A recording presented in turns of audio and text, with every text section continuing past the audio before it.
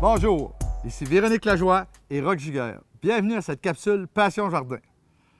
Alors Véronique, aujourd'hui on va parler de, il paraît que c'est des fines herbes, des herbes aromatiques. Non, ça paraît que tu es toujours dans ton jardin et non dans la cuisine. OK.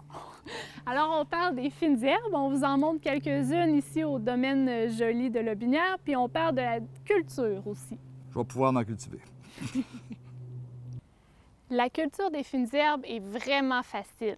Il suffit d'avoir un bon terreau. Alors, lorsque vous les mettez en contenant, je vous propose le terreau potager urbain qui va garder une très bonne humidité puis qui va être un peu enrichi. Parlant d'enrichir ces fines herbes, oui, il faut le faire. Donc, l'engrais, par exemple, potager, naturel, le 4-2-7 de Passion Jardin fait très bien l'affaire. Les fines herbes peuvent être mis en contenant. On se fait une belle petite balconnière de fines herbes pour le balcon. C'est près de la cuisine, c'est près du barbecue, c'est très utile.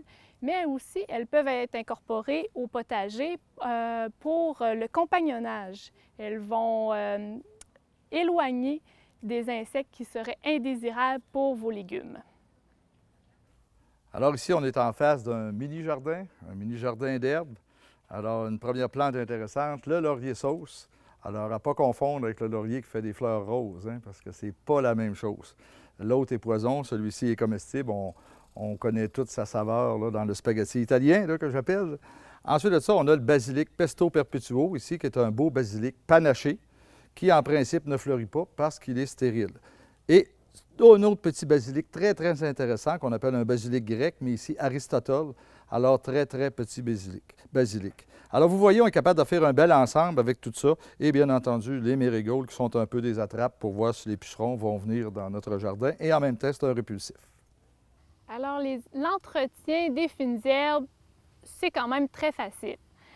Ce qu'il faut savoir, c'est qu'il ne faut pas faire fleurir nos fines herbes, à moins qu'on veuille conserver les graines.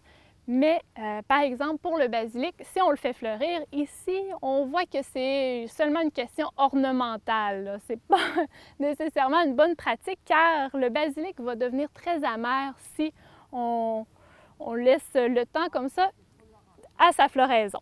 Alors, comment on cueille nos fines herbes? On les cueille préférablement toujours à la tête, à la jonction entre deux feuilles. Puis, on va consommer ces feuilles-ci. Ensuite de ça, il est préférable, le goût est excellent le matin. Donc, on peut se cueillir quelques fines herbes le matin pour notre souper du soir. Puis l'hiver, comment on fait pour les conserver? On arrive à l'automne, on a beaucoup de fines herbes, on ne sait plus quoi faire, ça nous déchire le cœur de les voir mourir au jardin. Alors, un autre truc très simple, on les met dans des glaçons, on met un petit peu d'huile et on met ça au congélateur, on fait des congés, on met ça dans une sauce. C'est très facile. Et pourquoi pas les mettre tout simplement dans un sac de plastique, on les met au congélateur, puis on les prend quand bon nous semble. Bon, là, je sais un peu plus c'est quoi les fines herbes. Là, Super, mais je pense que je vais continuer à jardiner. Alors, c'était Roch Giguère et Véronique Lajoie qui vous souhaitent bon jardinage.